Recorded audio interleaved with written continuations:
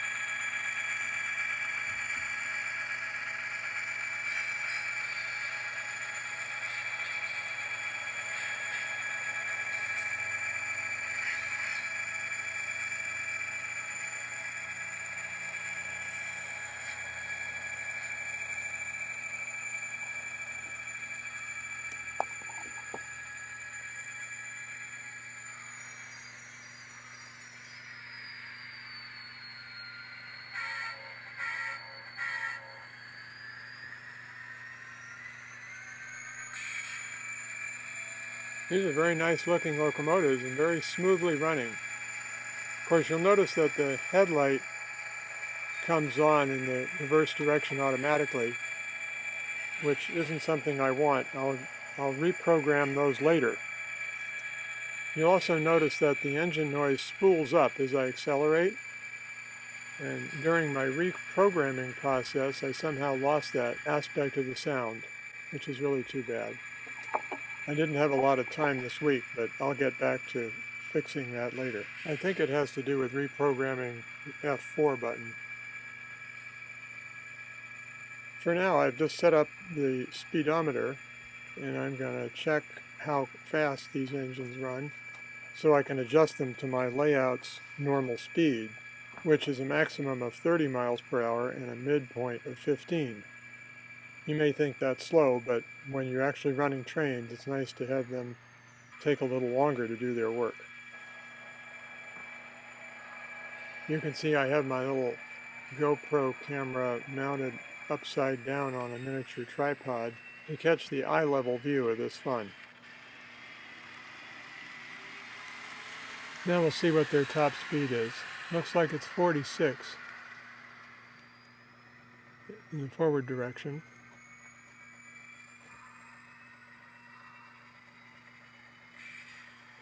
Now we'll run them full speed in the reverse direction.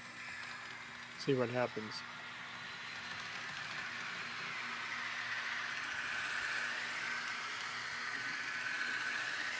"62" seems a lot higher than 42. That's odd. It turns out when I went to reprogram the locomotives, I discovered that the forward trim was set lower than the reverse trim. They should have both been in the neutral position, 128. So once I corrected that, they ran the same speed in both directions. And if you're not that familiar with VCC configuration variables, the forward trim is CV66 and the reverse trim is CV95. Uh-oh, what happened there?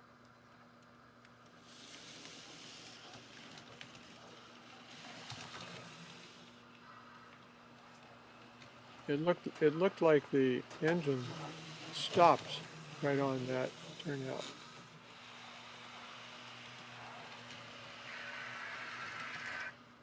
Yeah, right when it reached the turnout, it stopped.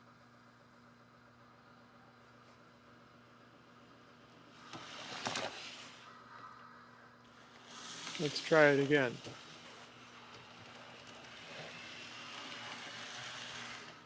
Yep, both of the engines, when they reached that turnout, stopped. So, is that an issue with the engines, or is it an issue with the turnout? Now, I had read that these engines have a little sensor in the trucks to make a special fancy noise when they cross over frogs. And the last thing in the world I want is a sensor hanging down in between the rails on a locomotive, because this is an operating railroad. But I discovered that there was a piece of debris in the points that was keeping the points from closing. So as you saw, I removed that, and now we're testing it again.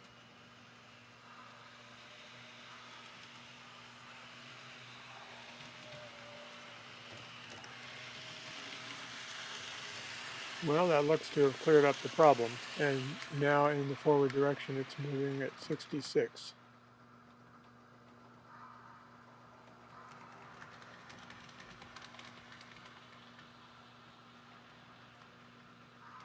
Now we can turn to looking at the very slow speed performance.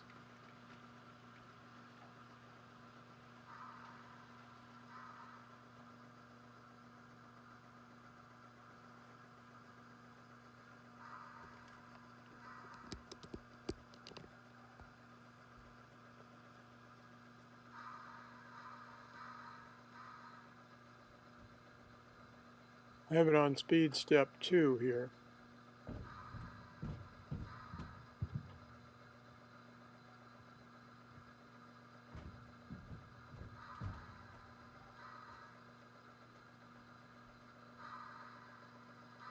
Which gives us 2.1 miles per hour. Not bad.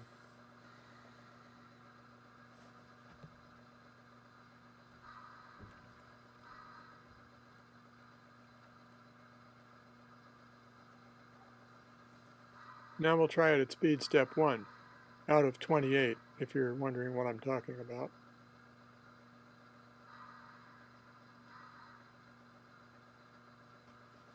The GoPro camera is too far away. We're going to move it closer.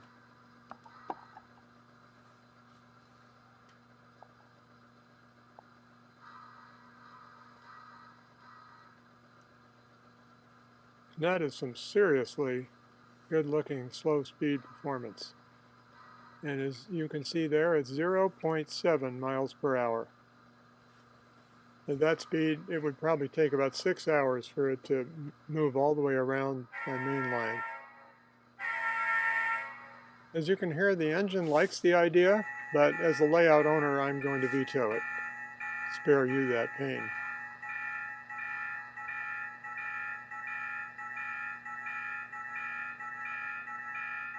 That is a seriously obnoxious and loud bell.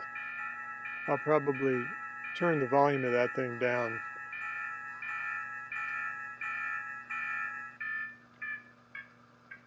Ooh, aren't you glad that's over with?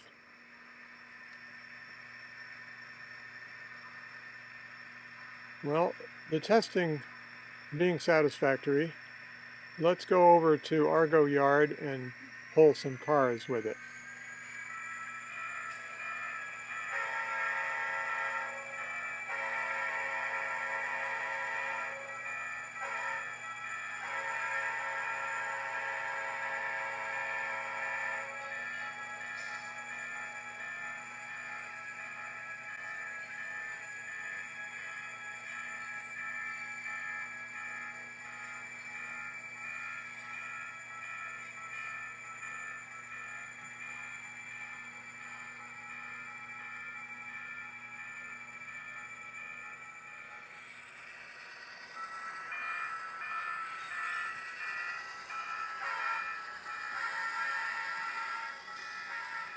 Passing through the tunnel and going across the Snohomish River Bridge at Delta Y.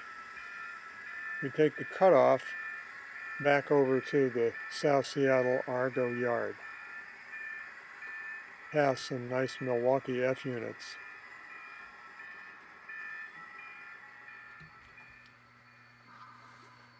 But wait a minute, we're getting ahead of ourselves.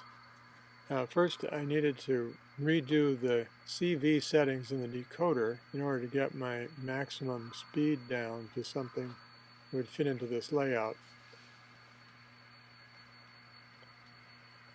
So I went back to the speedometer area and used the programming on the main feature in my DCC system to adjust and readjust the maximum speed, which is CV5, and the midpoint speed, which is CV6, until I achieved roughly,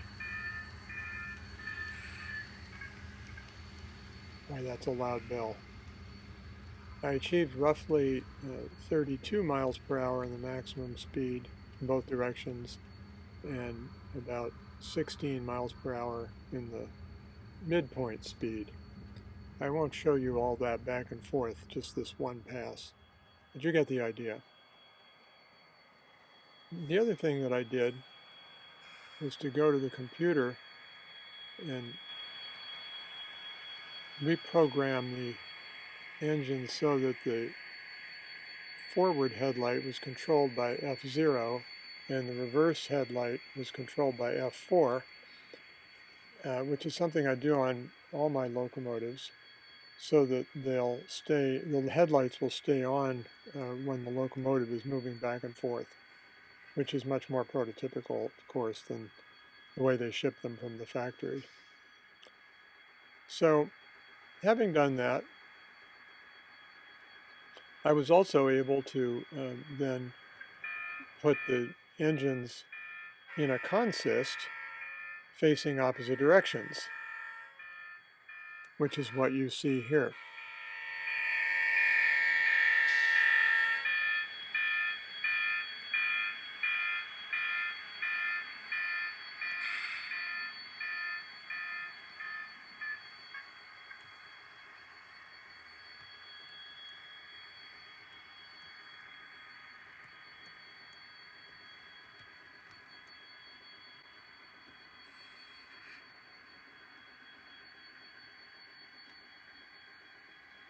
Don't ask me what the rowboat and the frogman are doing. I think it's a rescue operation, but it's been there for so long I've forgotten why I put it in.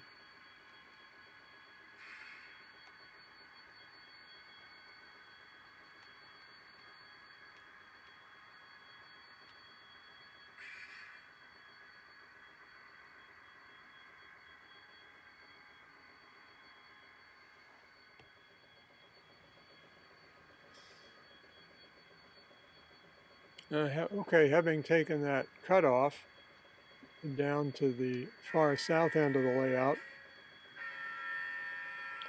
we're coming around on the main line and we can back into the Argo Yard and pick up a short train of cars that the Milwaukee needs to take north.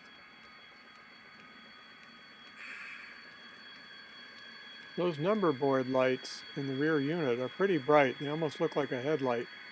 I'm going to look into why there's some light leaking around the sides of the number boards.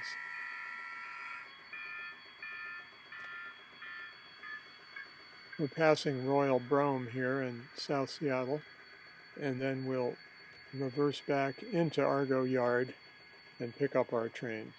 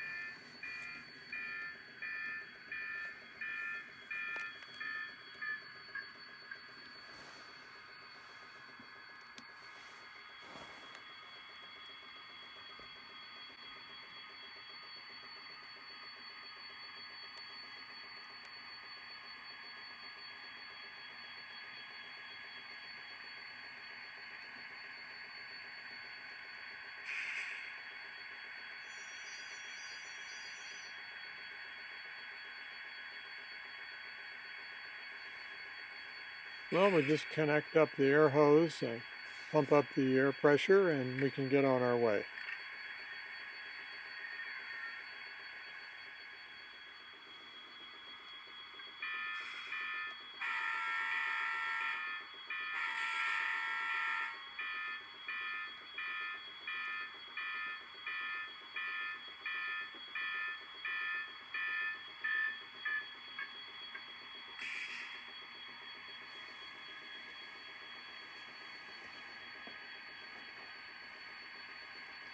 Like I said earlier, you're no longer hearing the spool up of the prime mover. And I don't know why that is. I did something wrong in the reprogramming.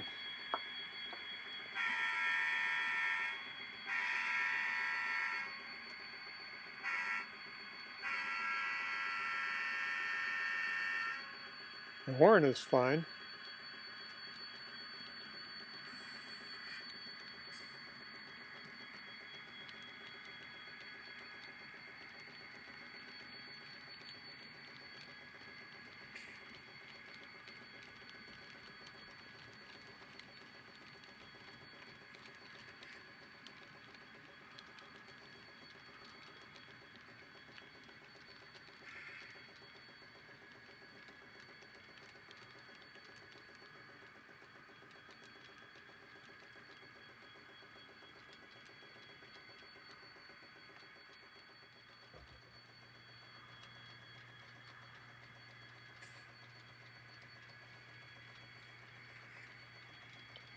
Well, as our train heads north through Stacy Street Yard in South Seattle, I'm tempted to focus on that switcher for a minute, but I'm not going to do it. That'll be for a different video. But isn't the rotating beacon on that switcher amazing, even out of focus? It's the new Rapido version of a rotating beacon that is made with 4 tiny LED lights that alternate their flashing. And I'm sorry that ScaleTrains didn't purchase those from Rapido to put in these engines, but they didn't. That's life in the private sector, I guess.